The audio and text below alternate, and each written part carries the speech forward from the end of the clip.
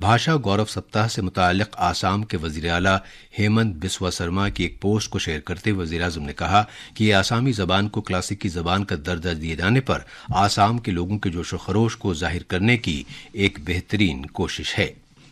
یہ خبریں آکاش وانی سے نشر کی جا رہی ہیں۔ وزیر خارجہ ڈاکٹر ایس جے شنکر نے آج آسٹریلیا کے برسبین میں بھارت کے نئے قونصلر جنرل کا باضابطہ طور پر افتتاح کیا۔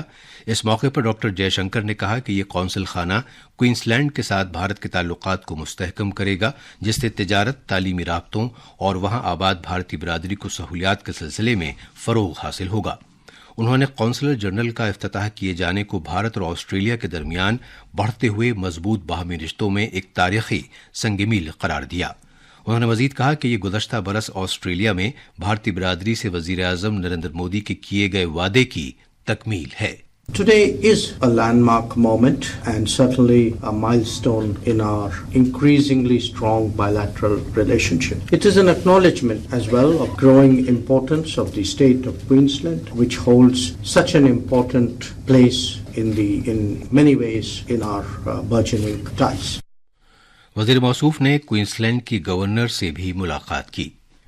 انتخابی کمیشن نے مہاراشٹر کی director general police Rashmi Shukla کا فوری طور پر تبادلہ کیے جانے کا حکم دیا ہے اور مہاراشٹر کے چیف سیکرٹری کو یہ ہدایت دی ہے کہ ان کی ذمہ داری متعلقہ کاڈر میں اگلے سب سے سینئر IPS افسر کے سپرد کی جائے۔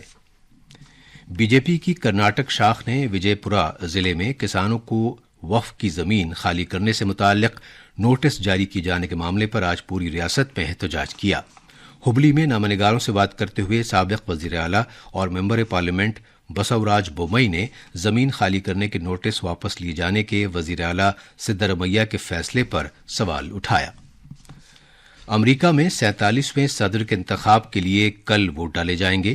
اس چناؤ میں ریپبلکن امیدوار ڈونلڈ ٹرمپ اور ڈیموکریٹک لیڈر کملا ہیرس کے درمیان مقابلہ ہے۔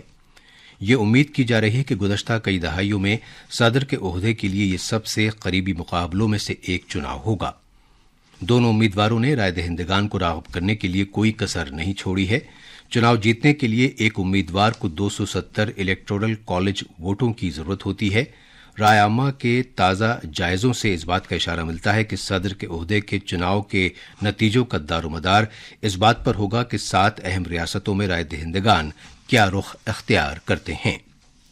ان ریاستوں میں ایریزونا، نیوادا، مشیگن، پینسلوینیا، شمالی کیرولینا اور جارجیا شامل ہیں۔ امریکی وفاقی بینک کی میٹنگ سے قبل سرمایہ کاروں کے محتاط موقف کے تناظر میں ملک کے شیئر بازاروں میں 1% سے زیادہ کی گراوٹ آئی ہے۔ امریکہ میں صدر کے عہدے کے چناؤ اور فیڈرل ریزرو کی مالی پالیسی میٹنگ ہونے کے تناظر میں سرمایہ کار محتاط رویہ اختیار کیے ہوئے ہیں۔ بامبے اسٹاک ایکسچینج کا سینسیکس 1227 پوائنٹس یعنی 1.54% کی گراوٹ کے ساتھ 78,497 پر آ گیا۔ بھارت کے ٹیبل ٹینس کے اسٹار کھلاڑی ہرمیت دیسائی نے آج وینیزویلا میں WTT ٹورنامنٹ میں 2 خطاب اپنے نام کیے۔ انہوں نے مردوں کا سنگلز اور مکس ڈبلز کا خطاب جیتا۔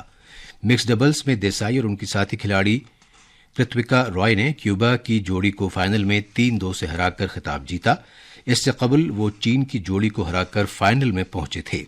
دیسائی نے مردوں کے سنگلز میں فرانس کے جو سلفریٹ کو فائنل میں 3-0 سے ہرا کر خطاب جیتا۔ آخر میں خاص خبریں ایک بار پھر۔ اتراکھنڈ کے الموڑا ضلع میں ایک بس کے کھائی میں گر جانے سے کم از کم 36 افراد کی موت ہو گئی جبکہ 15 زخمی ہوئے۔ صدر جمہوریہ اور وزیر اعظم نے المناک حادثے پر رنج و غم کا اظہار کیا ہے۔ جھارکھنڈ اور مہاراشٹر میں اسمبلی انتخابات کی چناؤ مہم میں تیزی آتی جا رہی ہے۔ وزیر اعظم اور BJP کے سرکردہ لیڈر نریندر مودی نے جھارکھنڈ میں گڑھوا کے مقام پر انتخابی ریلی سے خطاب کیا۔ مرکزی وزیر پرہلاد جوشی نے نئی دلی میں بین الاقوامی شمسی اتحاد کے 7ویں اجلاس سے خطاب کرتے ہوئے کہا کہ بھارت نصب شدہ شمسی صلاحیت کے 90 گیگا واٹ تک پہنچ گیا ہے اور امریکہ میں کل ہونے والے صدر کے عہدے کے چناؤ کے لیے تیاریاں کی جا رہی ہیں۔ ریپبلکن امیدوار ڈونلڈ ٹرمپ اور ڈیموکریٹک لیڈر کملا ہیرس آمنے سامنے ہیں۔ اس کے ساتھ ہی خبروں کا یہ بلٹن